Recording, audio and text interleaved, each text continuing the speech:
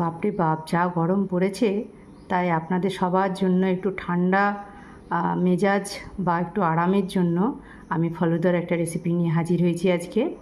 আগেও আমার চ্যানেলে এই ফলুদার রেসিপি আমি শেয়ার করেছি, তবে এটা একটু অন্যরকমভাবে করব। চলুন রেসিপিটা শুরু করি। আচ্ছা, প্রথমে আমরা যেটা করব সেটা হচ্ছে এই ধরনের একটা সেমাই পাওয়া যায়। আমি এটাকে সামান্য একটু ঘি দিয়ে কড়াতে আমি এটাকে ভেজে নেব। বেশ একটু হালকা লাল করেই ভাজবো। 1 চামচ আমি কর্নফ্লাওয়ার নিলাম,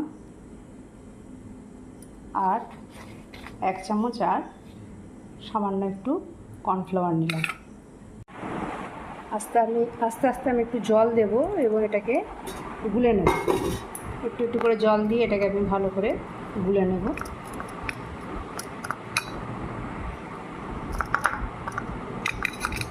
এটাকে ভালো করে আমি গুলে নিয়ে আগে আমি 2 গ্লাস মতো দুধ নিয়েছি। এটা গরম হয়ে গেছে, আমি পরিমাণ মতো চিনি দিয়েছি। চিনিটা আপনারা যে যার পছন্দ মতোই দেবেন।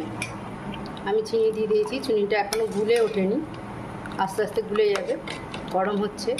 এদিকে আমি একটু এখান থেকে গরম দুধ কাপের মধ্যে তুলে নিলাম। এতে আমি একটু কেশর দিয়ে ভিজিয়ে দেবো। বেশ সুন্দর একটা সেন্ট আসবে এতে। দুধটা বেশ হালকা ফুট ধরেছে। আমি এবার কি করব, যে সেমাইটা আমি ভেজে রেখেছি সেই সেমাইটা সামান্য, বেশি না, এই 1 মুঠো মতো আমি এতে দিয়ে দেব। ব্যাস, এটা আবার ফুটতে দেব। পুরো ভালো করে যখন ওটা গলে যাবে আমার সেমাইটা, তখন আমি এটাকে বন্ধ করব। দুধের মধ্যে যে সেমাইটা আমি দিয়েছিলাম সেটা যখন ভালোভাবে গলে গেছে, তারপরে আমি কর্নফ্লাওয়ারটা দিয়েছি। আমি যখন কর্নফ্লাওয়ারটা দিয়েছি তখন কিন্তু গ্যাসটা আমি বন্ধ করে রেখেছিলাম।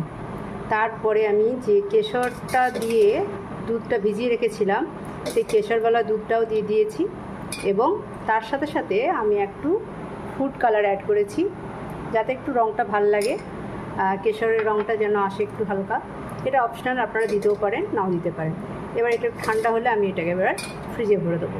আমি একটা পাত্র নিয়েছি, তার মধ্যে আমি 2 চামচ মতো চিয়া সিড দিয়ে দেব, এবং এটা সামান্য জল দিয়ে আমি ঘন্টা 2-3 মতো এটা একটু ভিজতে দেব। সামান্য জল দিয়ে আমি এটাকে ভিজিয়ে রাখবো, এবং ভালো করে ভিজে গেলে ওই যে আমি দুধটা করে রেখেছি কেশর দিয়ে আর দিয়ে, ওর সাথে এটা আমি অ্যাড করে দেবো।